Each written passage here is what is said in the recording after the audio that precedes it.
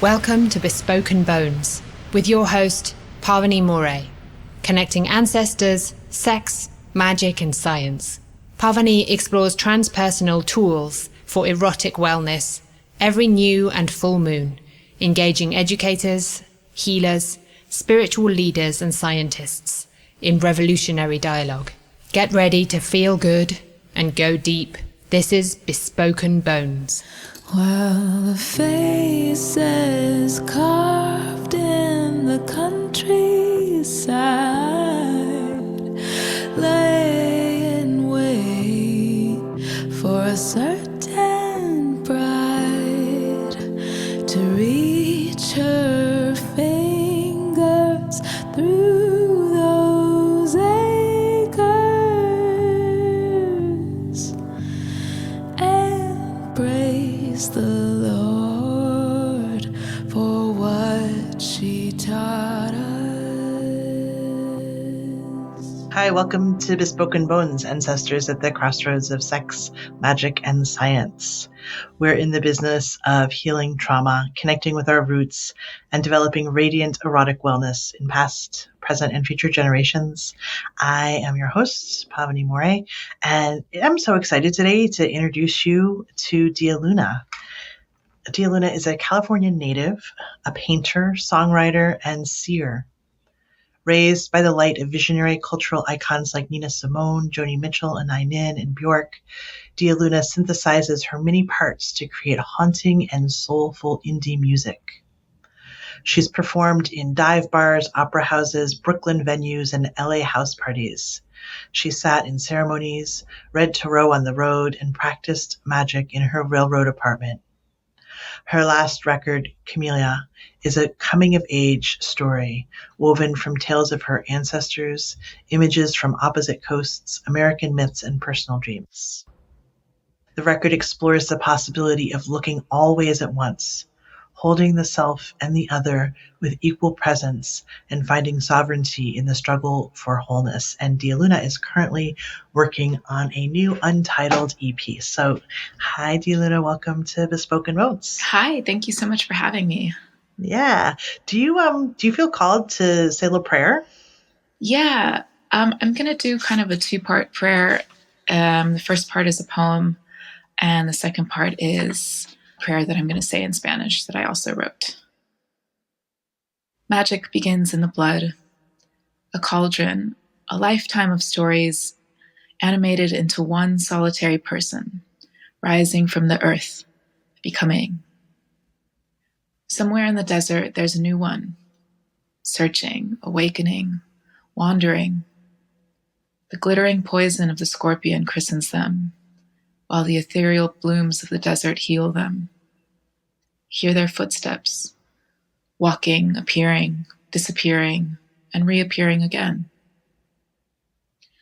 The miracle comes upon remembrance. People are water, bumping, rushing, dissolving into one another, violently sometimes, yes, but we've had enough of that. What's better is the soft overlapping of the waves, the stories of the wounded and the courageous and the flawed, who searched and begged and found mercy in the oasis of their brothers and sisters.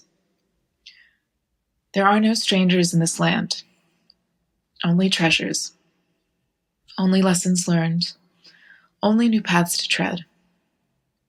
We become the water and give each other a reason to live again. Con el poder de la Virgen y la diosa hermosa dentro de mi corazón, abro este momento con una bendición. Que siempre caminen con sus antepasados, que se despierten cada día y sientan la clemencia de la luz del sol en sus caras. Que recuerden que es su derecho ver, buscar y encontrar.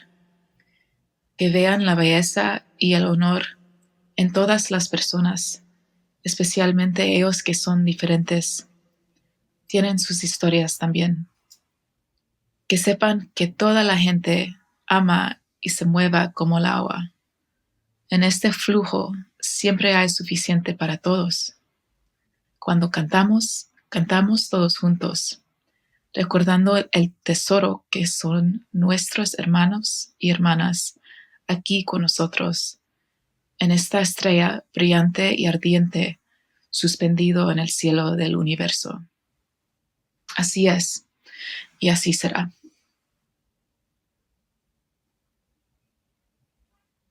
Thank you. Yeah, thank you. I don't speak Spanish, unfortunately, but it was just like allowing it, since I couldn't understand it from a head place, to just understand it from a body place and let it wash over. Yeah, it's really lovely. Thank you. Thanks.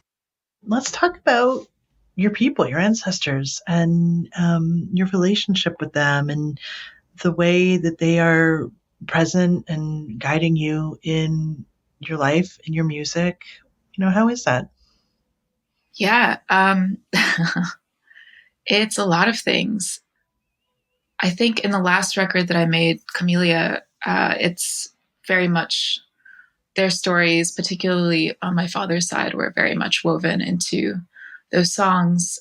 And I made the record with my cousin on my dad's side, who is a producer and also a painter. We're very much kindred spirits. And yeah, the record had a lot to do with this sense of coming to age and kind of feeling all of these stories that I had been told about my dad's parents. Yeah, I'm almost just like, wow, it's kind of very expansive. So, yeah. Okay. Yeah, because really what I'm hearing is that there is a way that your relationship with them is woven through, obviously through who you are, but also through what you're doing, right? Through your Yeah. music, through your craft, and that these stories of your lineage are, you didn't say it, but like the sense I got was that there's not an urgency, but like they're requiring to be told, right? Yeah. Like they need to be told. Yeah. Right. And thank you for saying that because, I think that one of the things that I've been finding recently is just exactly that sense of urgency to make use of the voice that they gave me. And I think that means in like a very literal way, obviously as a singer and a writer, but also in a more figurative sense of just embodying ideals that I think they never had the luxury to really live because of the times that they were in. So that's something I've been thinking about a lot. And I've also been thinking just about this feeling of the greatness and the awe of the gifts that they've given me, but then also the responsibility that comes with being given a voice, right? It's like, I feel like as a Latinx person now, especially, there's a great deal of responsibility to speak up on behalf of the people that may not have that even now. So I'm hearing that your grandparents were immigrants. Yeah, they were Mexican immigrants. Yeah, they. So on my dad's side, they were immigrants from Mexico. My grandfather grew up in Mexico City, and then he came here during the Bracero program. So he worked as a manual laborer initially. And my grandmother was from Durango, which is like this very rural desert place in Mexico as well. But on my mom's side, my grandparents were both born in the States, but they were also of Mexican descent. It sounds like there's something about justice that's emerging here. Justice not only for the voices of the people who came before you, but also for the folks now and the ones who will come. And I just wonder how you are noticing things that you're struggling with that are maybe echoes of what your ancestors struggled with. Yeah, definitely. Well, I did want to tell a story at one point when I was younger, maybe like, I don't know, I think it's probably like 8 years ago or maybe longer than that. But I did a writing workshop with Dr. Clarissa Estes, who's just a complete visionary and beautiful woman. She wrote Women Who Run with the Wolves, which is a seminal book for a lot of people I know, myself included.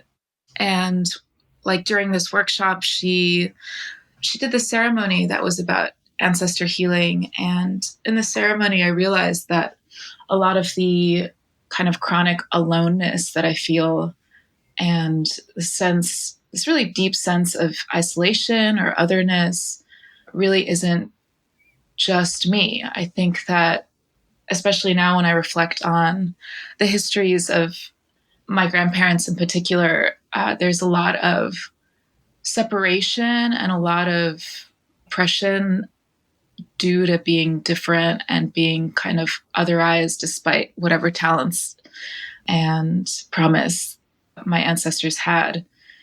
So that feels particularly potent right now. And I think that, again, in terms of being like a musician, music is one of the beautiful arts that like really has the capacity to bring people together, and people from like really disparate parts of life. So I think that that's also part of the reason why I feel called to make music in particular. I'd love to hear a little bit about your music. I think the words that you used were haunting and ethereal, that it's based in some of the stories of your past. Like, I want to ask you about like what it feels like when it's coming through you, when you're both performing it and when you're creating it. It almost sounds like, and I know it's a shit ton of work, right? I know I'm not trying to be like, it's just like really magical, right? But like, I'm guessing that there are those moments of like deep, deep, deep connection and like a felt sense of that. And I just wonder if you either have a story or if you could just talk a little bit about like what's that like to be inside of that process? Oh man, I mean, the thing about music is that there's so many different parts of the process, and all of them can have their own particular moments of beauty and magic. I mean, I think in terms of songwriting, I love just feel that sense of like you're finding the puzzle pieces, or, there's some days that I hear something and it's just complete, as is, and it feels like just this crazy gift that you can kind of like, grab it out of thin air.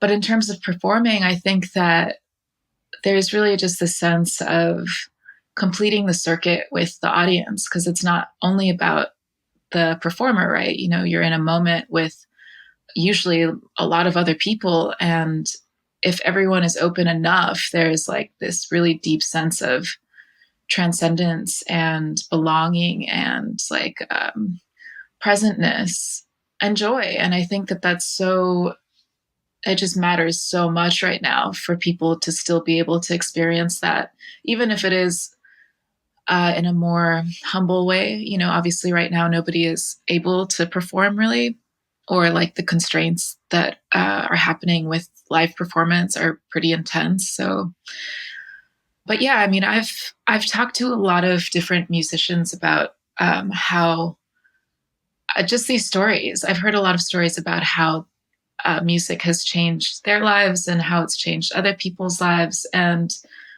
I mean, truly for me, I think the most humbling thing is just to get somebody who after a show says very sincerely, like, wow, that was so beautiful.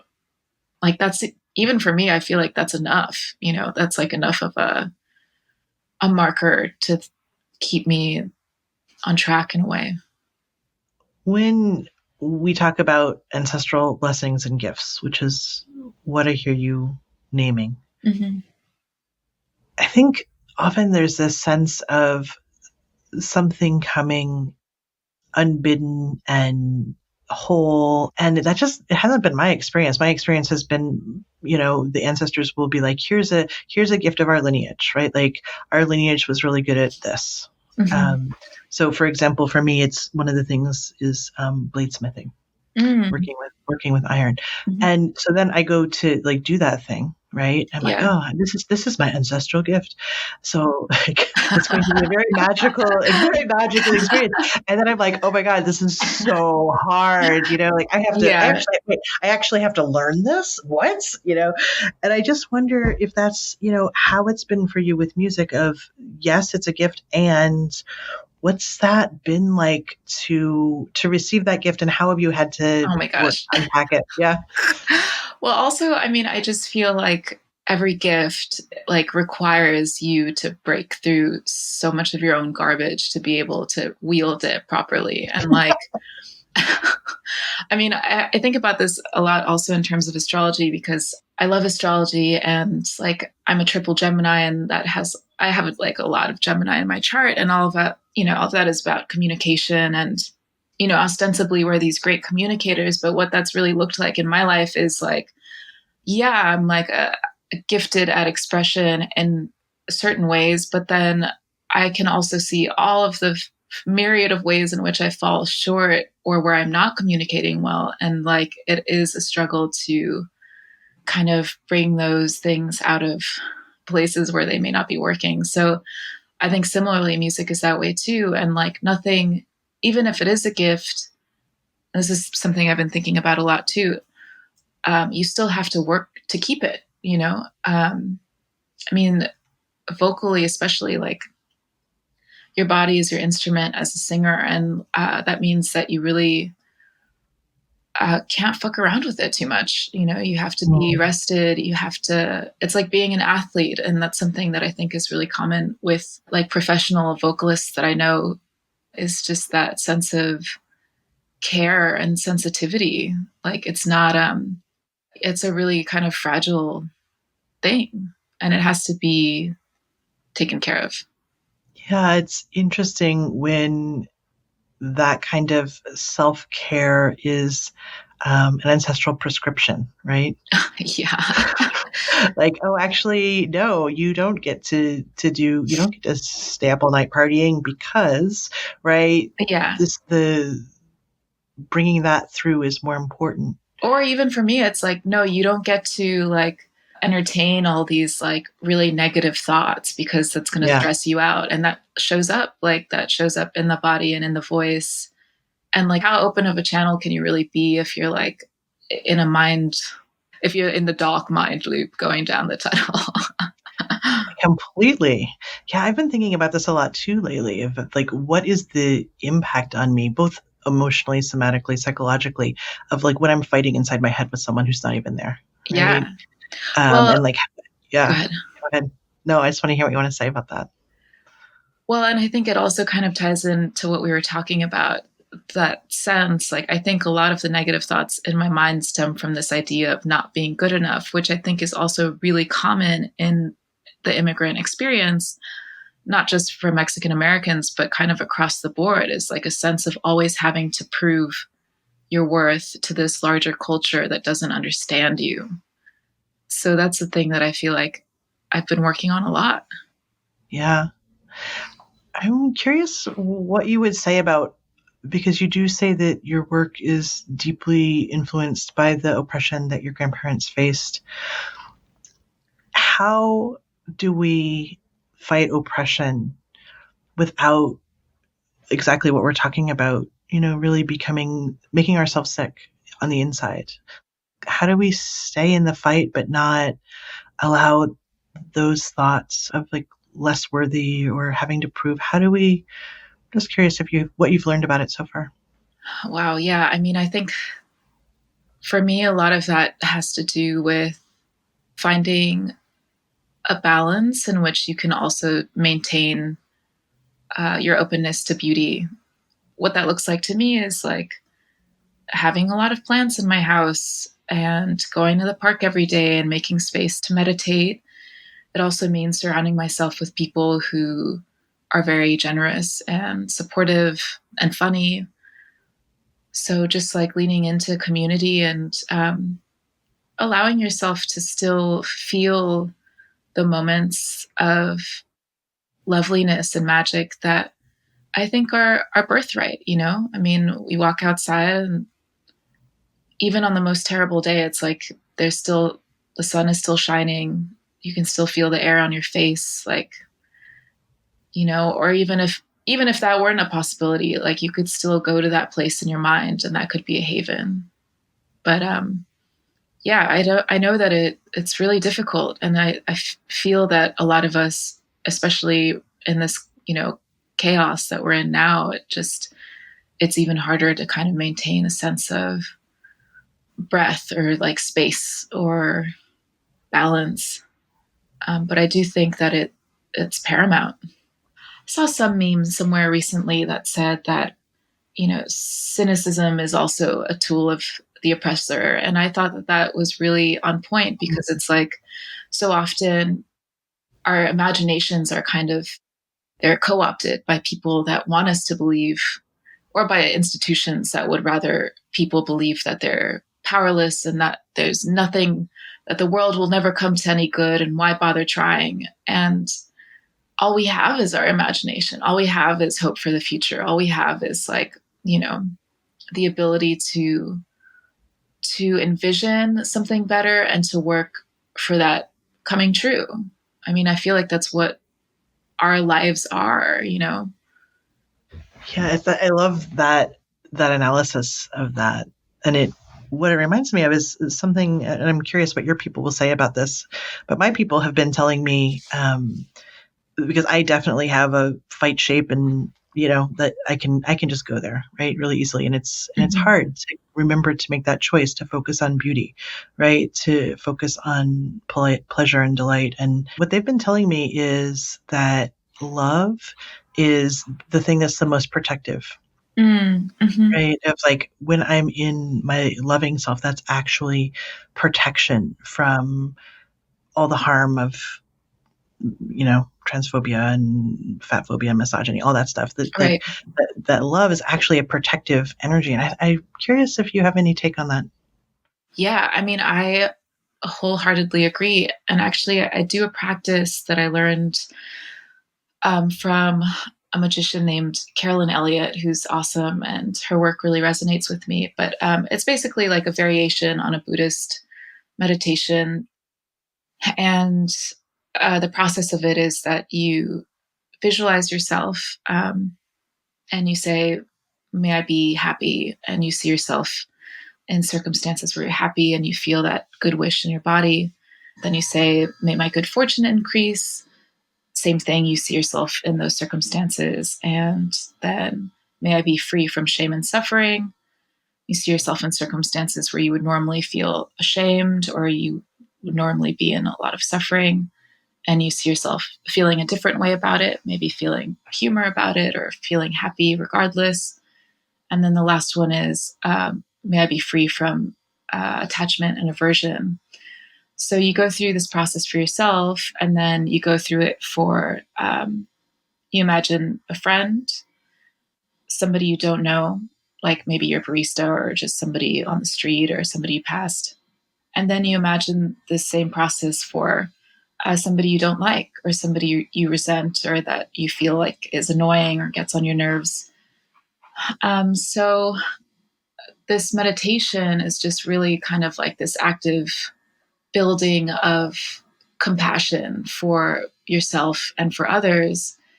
And I did it for a whole month straight every morning. And it was insanity, because literally, I mean, I'm in New York.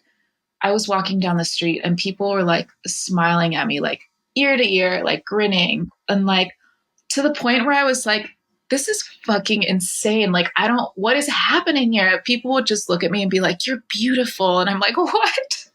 I mean, like, cool, but also it was so magical. And I still do it, but I think because it was like that initial push, I really felt like external difference, whereas now I feel just more of the internal difference. But I think, to your point, I feel like that's exactly what that looks like in a way. It's like, instead of being met with this kind of cacophonous external sphere, I was met with like all of this kind of abundance and like glory. And maybe it's just because I was now recognizing it more. But it definitely felt like, in this practice, because you're really like tapping into this sense of empathy and compassion, that does become a shield, or like a vibration that other people understand. Like, even if they don't, I mean, obviously they don't know what you're doing, but it's still there.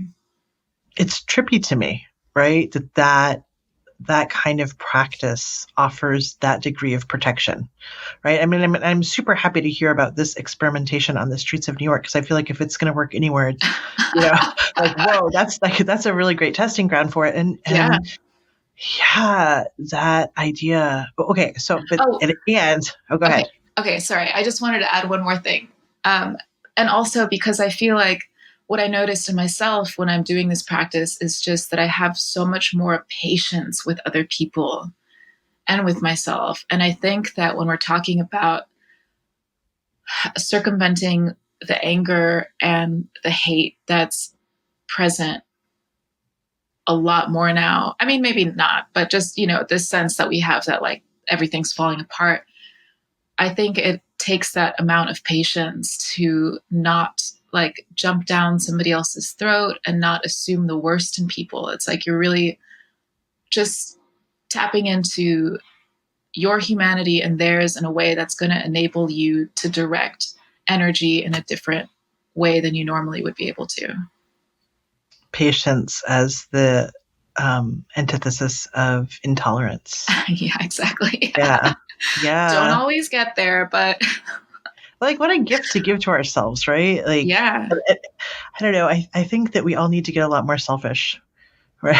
Yeah. And what I mean is, like, I get to be patient. I get to be loving, like, not for the sake of you, but for the sake of me and my people. Yeah. I get to feel good. Yeah. Yeah. Well, and I think for so long people weren't, I mean, imagine like what this world was like. I mean, there was so much, I know there's so much suffering now, but like, I just really, truly can't think. I think about like medieval times and I'm like, Jesus Christ, like, I'm so happy I wasn't around. Or maybe I was. And maybe now I'm like, okay, bless, like I'm out of that nightmare. Like, let's make this work. We've ventured into a topic that I think I'd like to explore a little bit more with you, which is practice. Because what I heard is that you set your intention and then you did this practice for a month every day and you were able to track the results. And I also heard that you have been able to practice and learn your craft, right? Which is kind of that thing we were talking about unpacking the blessings.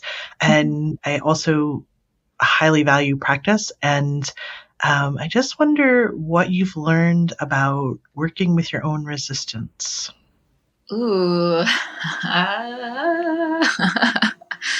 Well, I don't know. It's something I've been thinking about a lot recently because I think particularly in the past couple of weeks, I just have felt very tired all the time. So I think that there's like a lot of physical resistance in me now to trying, right? And to just getting up every day. But in a way that has to do with patience as well. It's like, there's something about not trying to beat myself into doing the thing that I know I should do, but rather being very patient and gracious with myself and being like, okay, I know you feel tired, but what if we just get up and make a little cup of tea? And then what if, after you drink that tea, you go sit down at the piano and just play for like 10 minutes? Or what if then, you do your walk and after you feel a little better, then we can come back and do some work. Like, it feels very much like this process of just taking myself by the hand and like letting things be a little bit more step by step and a little bit smaller as opposed to, having this big grand gesture of will or something like. And it was something even this week, like I was talking to my dad, who's a brilliant man and like amazing, but he was just, I was kind of freaking out and he was like, you just like not be upset that like these great expectations aren't being met right now. Like essentially he was saying to kind of scale the expectation down, but not in a harmful way, but in a way where I could feel more at ease with what I was accomplishing. I hope that makes sense. I think it does. I mean, what the vibe that's coming through is gentling. Yeah. Yes, exactly. Yeah, like bringing it down, grounding it out, gentling it, and offering self-compassion in just that piece around what's the smallest next step. Because all the Yeah. things that you said sounded like practice, like let's get up and have some tea, let's get up and sit at the piano, let's get up and go for a little walk, right? Mhm. Like Yeah. that's all practicing. I'm guessing that's all practicing who you want to be in the world, but it's in a way that's not regimented or demanding or Mhm. pushy or bossy. It's just like, oh, let's just do this sweet little moment, right? Yeah, exactly. I mean, I Yeah, also, when you were talking, I thought about the strength card, right? And it's like just this image of this woman, like very kind of gently holding this like lion's mouth open. And it's like, yeah, just like, it's all right, little buddy. Like, let's just hang out here for a while. It's like, this kind of a softer kind of control as opposed to this really strong assertion of dominance or will. yeah. I find that when I boss myself like that about my practice, I get way more resistant, Yeah, right. right? Like when I drill sergeant myself. Yeah. Also, We're gonna do again, it for 30 days. and then too, it's like when you start doing that, I feel like, and you're not in a happy space, and then it gets super meta, and I'm like, God, like, why aren't you happy about doing this thing that you should be happy about doing? Ugh, you're so annoying. Oh my gosh, totally. Yeah, Yeah. I tried to put I sometimes I make self-care lists of like, oh, I'm gonna do this, I'm gonna do this. And I tried to put going to the dentist on there once, right? Yeah. I was like, but come on, like it's an adult thing, Pavini. It's like you're taking care of your dental hygiene. But yeah, no. No. Yeah. I want to ask you a little bit more about your dad. You said he's a brilliant man, and I just heard that thread of connection. Yeah. You spoke about him, and I know that you have a lot of connection with your paternal grandparents, and Mhm. um, yeah, just like what's the question is because we on this podcast we talk about ancestors all the time, right? Yeah. But one of the things we don't talk about is like what's it like to be a descendant, and so you have this direct relationship with your dad of like what's it like to be his descendant. Um, I mean, it's beautiful and it's complicated. I feel like, I'm an only child, and I have a really close relationship to both my mom and my dad. And they're both equally beautiful, but like very different. And I think it's interesting because I feel the ways in which they intersect and then the ways that they diverge. And I feel like all of those things are a part of me. My dad's side, my grandmother on his side was very close to the earth, and I always remember her being around plants and being in the garden with her. His dad was like much more of like a social dude, like partier, loved having different kinds of people around. My dad's a doctor, and he is very thoughtful. He's usually very introverted and much more observant. But he also has like a dry sense of humor streak. Um, but yeah, it feels vast. And I feel like my relationship with him has gotten a lot better over the years because, again, like my Gemini ass was just constantly wanting to explore and to see the world when I was young and kind of like not cross boundaries in a bad way, but just I really wanted to like just be free. And he's much more like salt of the earth, like very, very stable, very methodical. So our energies are really different in a lot of ways. And my mom is like, she's a lobbyist, and she works for like bilingual education in California. So I don't know. There's a lot there. I feel like I get my sense of wanting to be around other people and my curiosity about other people from, and I guess also my desire to talk and communicate from my mom.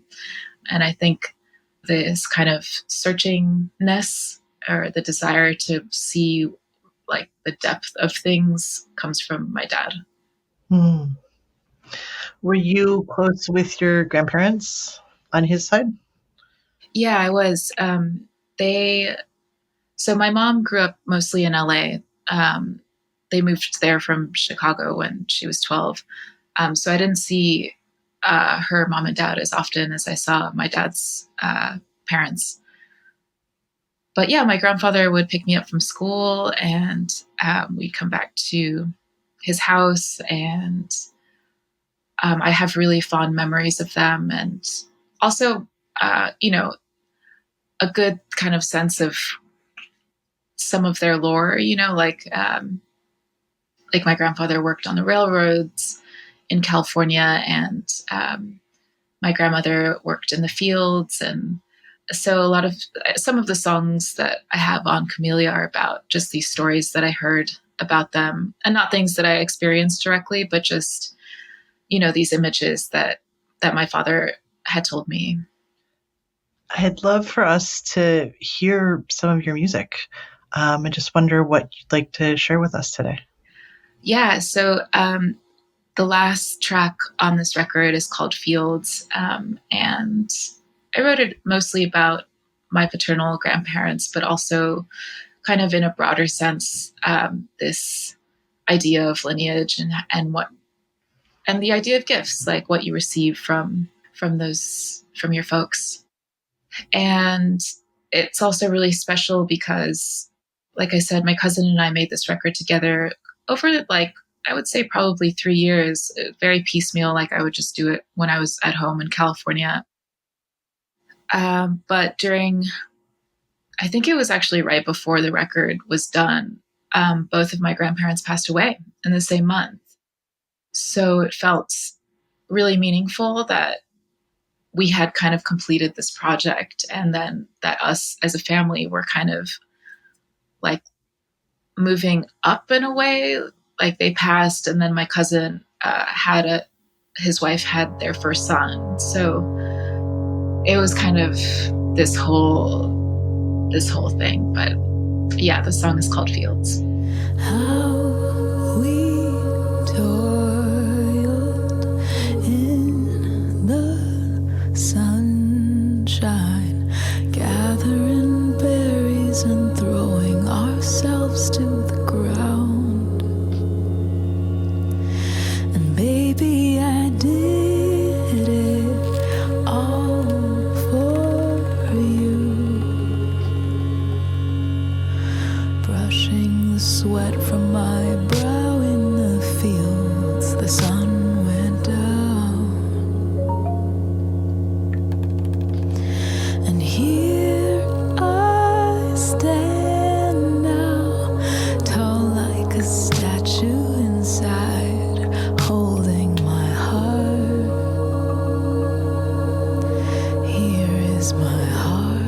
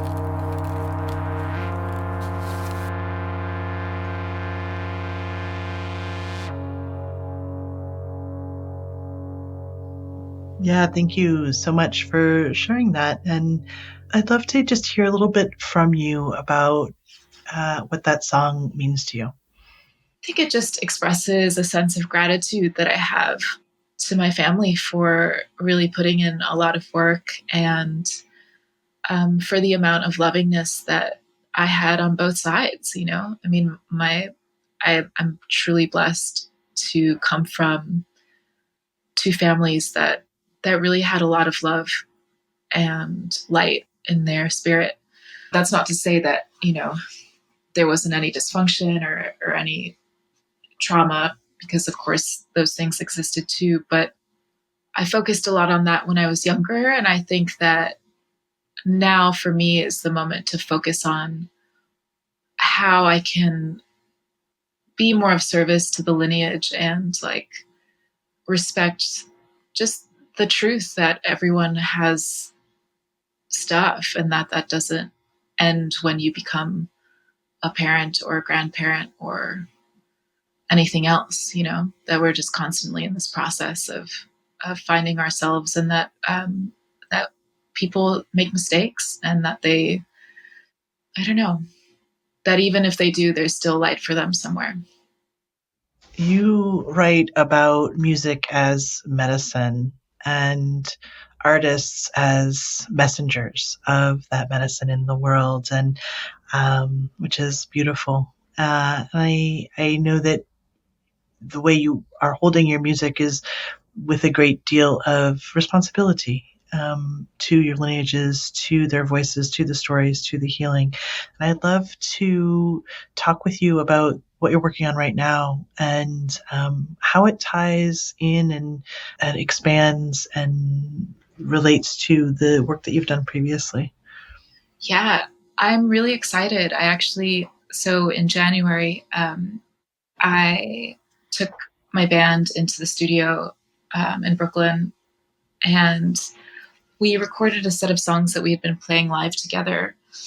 And I think that some of the music is much more direct in terms of what it, like the topics it's dealing with. Like there's a song called The Door that is talking about, it's a song that's written from the perspective of a mother who has had their child taken away at the border. And then there are songs that are less direct and more symbolic in a way that deal with this just a broader sense of death or like destruction in order to kind of move through into a different path. And I think the last record, a lot of the songs were written when I was younger, like 19 through 24. So it was more of like this coming of age feeling, and now I feel like there's a bit more maturity in the subject matter, and it's very emotional. I mean, I think in all of my music, I tried to connect to the heart space and to really give voice to things that I think people maybe sometimes can't always put a finger on. And I think, yeah, I'm pretty sure I decided on the name of it. Oh, let us hear it. What's the working title? So I think the working title is going to be Wilderness, and that's also one of the singles. And it finally kind of made sense to me in terms of this time, because I do feel like we're in this space of unknowing and trying to navigate something that feels foreign or maybe a little scary and like definitely very unruly. So yeah, I'm really looking forward to the songs being in the world, and to just hopefully inspiring people to continue and to witness my own suffering and my own beauty in the space, and to give other listeners that same opportunity. How can folks listen? Well, so the last record, Camellia, is on Bandcamp, and it's also on Spotify, but yeah, Bandcamp is definitely doing a lot of good things for artists right now, so I would defer to them. And Wilderness hopefully will be out, I think, next year, but also on Bandcamp and, regular kind of social media channels. So dialuna.bandcamp.com. Yeah. Mm-hmm. Great. And we'll put that in the show notes. And do you want folks to follow you on social media? Yeah, that would be amazing. Yeah, I'm at Dialuna Music on Instagram.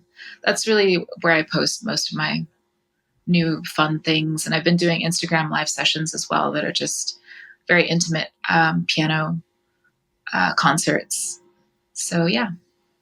That's lovely.